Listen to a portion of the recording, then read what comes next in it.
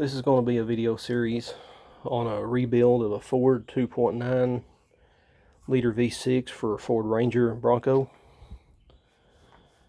In this videos, I'm going to do just a general overhaul. I won't have to do machine work to this engine because it's already been built. It has basically no wear on the block, but I'm going to be doing just a few minor performance mods, porting, matching the intake and the heads, everything. I'm going to be fixing some of the problems with these engines, the notorious 2.9 lifter tick on the passenger side from the oil feed issues. We're going to be converting this engine over to a solid lifter setup using 2.8 lifters. 2.9, 2.8 share the same rocker, same push rod length, same lifter size. The overall geometry of the valve train is the same, so you can interchange it. That way I can just set my hot lash on my intake and exhaust and ain't got to deal with the annoying pecking anymore. This engine will be getting new rings, bearings, gaskets, painted, everything new top to bottom. It'll be going in my little Ford Ranger Limited, aka Blue Streak.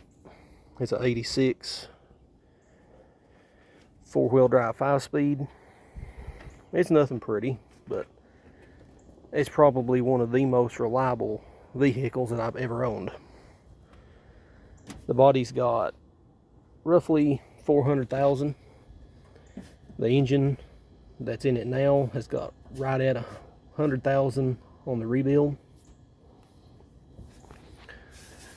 The engine in it right now, I believe, has some broke rings because I didn't have the distributor tightened down real good, and the timing got knocked up a little bit too high, and I believe from the detonation it either broke a piston or broke some rings.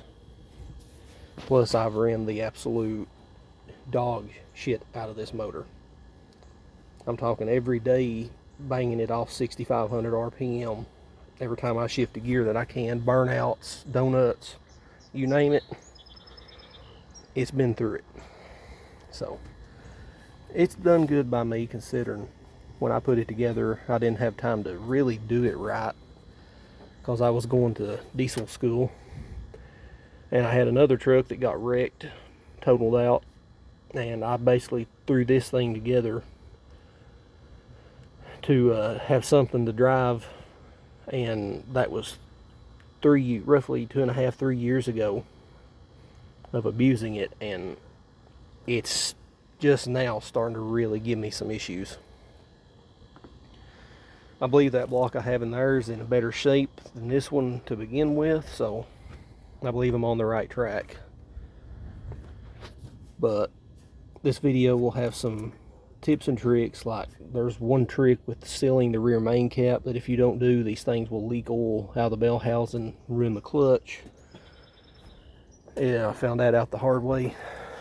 It's just an overall build video that I figured I would put out there for somebody that's messing with one of these engines.